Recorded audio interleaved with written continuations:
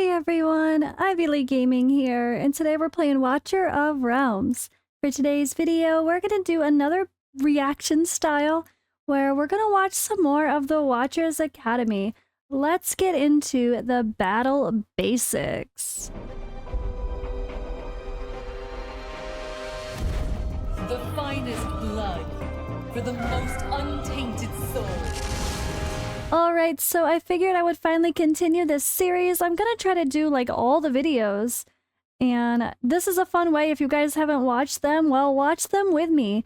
Let's see if we learned some new stuff today, or if we have different opinions based on what the official channel says. It's kind of fun to talk about that and see what the game recommends versus what the content creators or the community, the pre-launch Forerunner, I guess, players, what they have suggested. It's kind of fun to see the comparison to what the official channel, the official game, I don't even know, content suggests. So here we are again. This is Battle Basics Breakdown. So let's just get into it. I'm going to pause at points that are logical to pause. Let's see what they have to say. Welcome back to another episode of the Watchers Academy. Wondering how to win a battle easily? Want to know how to build your team? Watch along today's episode to learn more. We've sorted the video into 3 essential parts to make it easier for you to find the information you need. Without further ado, let's get started. Part 1. Battle Basics. Victory Conditions. In WOR battles, 2 key elements hold the key to your success. Number 1. Your primary objective is to protect the Soul Core, aka the base, from being destroyed by monsters. Number 2.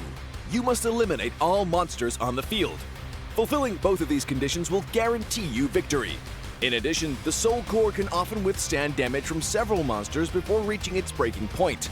To keep track of their durability, glance at the top of your battle screen. Monster spawning and movement. Monsters mainly spawn from spawning portals scattered across the field. When a new wave of monsters spawns, there'll be a red line indicating the direction they are heading. It is essential to deploy platform heroes onto platform tiles to engage the advancing enemies. Additionally, we need melee heroes to block the monster's path toward the vulnerable Soul Core. Monsters may launch attacks from multiple directions, so make sure you pay close attention to the red line indicators to anticipate their movements and respond promptly. Deployment cost mechanics. Each hero requires a different amount of cost to deploy. At the beginning of the battle, you will be granted an initial amount of cost to use. As the battle progresses, the cost gradually regenerates at a rate of 1 point per second. Make sure you manage your hero deployment wisely based on the cost mechanics. For most battles, prioritizing deploying melee heroes first will be a good choice. How to deploy heroes. To deploy a hero, simply tap on their icon and drag them to the desired location on the battlefield. Different heroes can only be deployed in specific spots on the map, depending on their types and the layout of the battlefield. Each hero has a designated attack range, which determines the distance of which they can engage enemies. When deploying heroes, consider the direction in which you want them to face in order to optimize their attack range. In addition, it is crucial to time the release of a hero's ultimate. For example, wait for a large group of enemies to enter a hero's attack range before releasing their ultimate. Part 2. Team Composition. Alright, so they didn't go in to show a couple things that I thought they were going to there. They were talking about their ranges and stuff, but one thing that you didn't, well, you might not have realized, I noticed this at first, but I kind of forgot about it after the first few days of playing. This box right next to the, let's see if I can get a better picture. I guess not really. But the box next to deploying your ultimate where it shows the grid, if you click that, it expands to show your ultimate range, because some of the heroes have a bit more of an ultimate range, which I always forget about. I remember in one of my videos, I was talking about, you know, deploying someone like Iona, and she was attacking someone that didn't look like she was in their range. But when she uses her ultimate, her range is expanded. There's a lot of characters that say that. So if you click the grid, it expands to show you what the hero's ultimate will also cover. That can be a big difference on how you place someone. So I'm kind of surprised that they didn't point that out along with this little moment here. Other than that, I do like the tips for cost. The melee characters are cheaper for deploying, so it's very smart to maybe place a tank or a fighter first, just to get someone in there to slow the enemy down, and then you can start placing more units after. If you're using someone like Dallin, or is it Serene? What the hell's her name? I can't remember. There's another girl that does cooldown reduction, and then there's the rare as well. Or sorry, I want to say cooldown reduction. That's totally not what it is. Cost replenishment. You probably want to put them in earlier so you start getting that bonus cost sooner rather than later to start deploying as many heroes as possible. Or if someone dies and you need to be able to throw someone in there, you kind of want to have them early rather than later. And that's also where we were talking about someone like Zealous being an issue, because 29 is pretty expensive compared to a lot of the other units. So maybe in something like Guild Raid 1, you could get away with putting him in there first, but he better hit hard if he's the only unit, because it's going to take some time to regenerate all that cost to start placing more units. So that's where it gets risky. So some of those heroes that have really high costs might not be ideal to place first, because you kind of need to get a good foundation of stalling the enemy. But good information so far, simple, basics. So I guess we're going to get into team composition and recovering from lost battles. Okay, so along with the idea of figuring out where your character covers best, keep in mind the idea of cross coverage, right? Like, you might have a bunch of melee units here in the middle protecting these two, I want to call them portals. I just want to call them portals. But yeah, they're not even portals. The portals are what the things come out of. But you want to be protecting the crystals, and if you have really, really hard-hitting units and everyone's dying, you might put two healers, one on one side, one on the other, crossing over and making sure you have double the healing. Or it might be multiple ranged units that are your damage dealers crossing over the same spot, just to have the bulk area where all your enemies go, having them get just blasted as they enter that. That's a really good strategy as well. But all right, let's go into team composition. Part 2. Team composition. Hero classes and their differences. In the world of Watchers of Realms, heroes are classified into 5 distinct classes, each with their own unique characteristics and roles in battle. Marksmen, mages, and fighters serve as core damage dealers, and healers play a crucial role in sustaining the team's health. Defenders are frontline heroes dedicated to protecting the team and absorbing enemy attacks. In certain situations, fighters can also assist defenders by sharing the burden of frontline combat.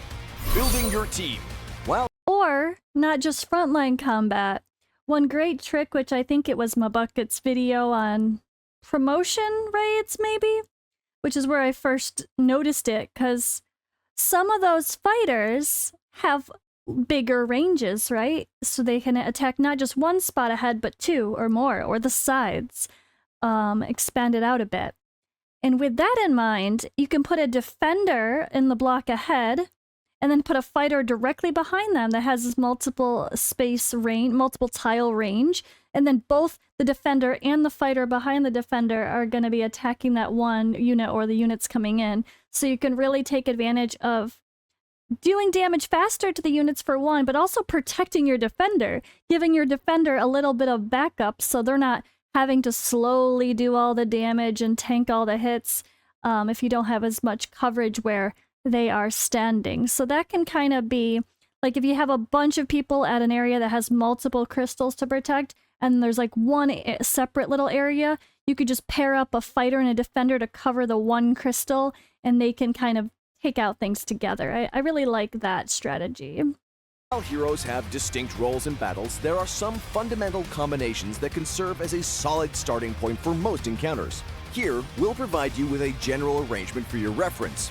3 defenders or fighters, 2 marksmen, 1 mage, and 2 healers. As for the remaining 2 spots, feel free to adjust however you... Wait, let's see. So I want to see what they said again, because it's interesting. So 3 defenders or fighters, 2 marksmen, 1 mage, 2 healers. 2 healers is definitely true for most boards as difficulty ramps up. Early on, if you're just blasting through, it's pretty easy to get away with just tons of mages, you know? Just AoE damage, which is what I'm actually using like 3 mages, 4 mages even sometimes now. Actually, no. I did get a lovely marksman, so I'm using a couple marksmen now. But I've kind of been focusing 3 mages, but I could be really hurting myself. And I am struggling in some areas because I'm finding I only have 1 strong defender. Baron is the only defender I have built well, and Azor is just not that interesting. I actually think because of Isolde, the fusion to come, and I'll be able to get another copy of her to get her awakened and even better, I'm going to make Isolde my 2nd best defender on my team. So that way I have someone really strong to be some good backup and help support. And I think for fighters, I've been using Dallin when I need the cooldown, but I don't want her all the time. If I'm not going to be using Zealous in the team, then I don't really need Dallin per se. That's where I'll probably build someone like a Demos that's going to pump out better damage. So maybe I'll have like Isolde, Baron, and Demos as my 3 fighters. My 2 marksmen would be, I guess, Calypso and Cetrum, my legendaries, why not? And then my 1 mage would definitely be Comet. But I could also see in some cases, depending on the board, still using 2 mages like Iona and Comet in the board, or Iona, or Comet and Zealous, or whatever as well. Maybe in situations where we don't need 2 healers, you can get away with just 1. I like this though. It's a pretty well-balanced idea. Let me know what you guys tend to use. 2 marksmen, 1 mage, and 2 healers. As for the remaining 2 spots, feel free to adjust however you see fit based on the heroes you have and the stage difficulty. While this suggested team arrangement provides... Oh yeah. That wasn't like the whole team. So to be fair, yeah. The extra spots for me, I probably would try to aim for this. Except maybe 2 defenders, 1 fighter. 2 marksmen, 3 mages, 2 healers. But to be fair, the problem is we can only deploy to 8 people, not 10. So we wouldn't be deploying those extra 2 slots more often than not. You might just be using someone for their Lord aura, right? While this suggested team arrangement provides a solid foundation, it is not a rigid rule. Feel free to experiment and adapt your team based on your preferred playstyle. It's so different. Hero factions. Within the realm of heroes, some hold the prestigious title of Lords in their respective factions. These Lord heroes possess unique abilities known as Lord skills, which can greatly benefit their faction members. Take Ain and Borut, get him both for free. Lords of the Watchguard, as an example. They can increase fellow Watchers' basic attributes while also triggering a powerful buff, Blessing of the Light. This buff periodically increases all Watchers' damage and healing multipliers. The more Watchers in your team, the more frequently it takes effect. You can have up to 2 different Lord skills active during each battle. Part 3. Recovering from lost battles. When challenging raid battles, there may be... I actually didn't even notice that, like, the more you have, the more often you can have that happen for that Lord skill. I guess I gotta go back and reread all the Lord skills, to be fair. I mean, that's probably something I haven't really looked at since, like, day 1. And who remembers everything we read on day 1? Not me. That's kind of fun to re-watch beginner guides and stuff again as you get more knowledge. Like, all right, before I started playing, I watched Mabucket's Ultimate Beginner's Guide, right? But a lot of it goes in one ear and out the other because it doesn't mean anything until you get doing it in game. And now that things mean something, rewatching that kind of stuff as you're going on, even if you feel like you know what you're doing, might be smart because then you can kind of get some extra tips that maybe you've had forgotten because it didn't stick the first time. Instances where you encounter difficulty clearing a stage or fail to achieve a perfect 3-star victory. But don't let frustration consume you. Try the following strategies to improve your chances of success. Number 1. Train your heroes. Make your team stronger. For details on how to do that, make sure you head over to our episode on Beginner's Progression Guide. Number 2. Take a closer look at the monster introduction for each stage. Build your team based on the kinds of monsters you'll need to face. If you are facing heavily armored units, make sure you deploy more DPS mages. Check out the provided picture for more information on which types of heroes excel against different monster types. This is definitely something that I always forget about. And probably it's so far in the game, I'd say my knowledge or my research weakness has been the enemies. I feel like I just look at a board and position people based on what's going to be best for positions and coverage of their grids, but I'm not always paying attention to exactly which enemies are coming out with what armor at what times. So I could be putting my magic, or I guess I could be putting my marksman against heavy armor people and then wondering why it's taken so long to kill them. This is definitely something that I need to get better with, is really looking at each stage if I struggle, especially maybe some of those, I mean, I guess like the raids where I'm trying to progress to get more mythic gear. I want to take a better look and maybe analyze the waves and make sure that I'm setting people up in the right position. I'm definitely guilty of just throwing people in there based on coverage, but not the enemy matchup. So we all have room to grow, right? We're going to get better and better. Soon enough, the second we see an enemy, we're going to be like, okay, they are light armor. I need my marksman over here. But I'm not quite there yet. Even myself, yeah, I'm really not. It's just, so I gotta get used to the enemies. I have to look at the maps more and then kind of, yeah, analyze who I should be placing in which side of things, which part of the grid, to be on the side where all those heavy armor guys are coming out, right? Number 3. Adjust your deployment tactics and the timing of ultimate releases. When you are facing extremely powerful enemies, instead of allowing them to approach your defense, try sending out strong heroes to engage them first. Additionally, strategic timing of skill releases can be crucial. Save skills from more powerful enemies to maximize their impact. Don't underestimate these subtle changes, for the devil is in the details. To wrap up, here's a recap of what we've explored in today's video.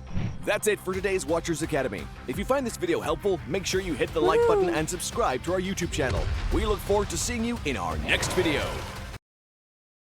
I like it. Alrighty. Well, let me know what you guys think in the comments below. It is fun to watch these, and it also gives me little kicks in the butt to remember to do stuff myself.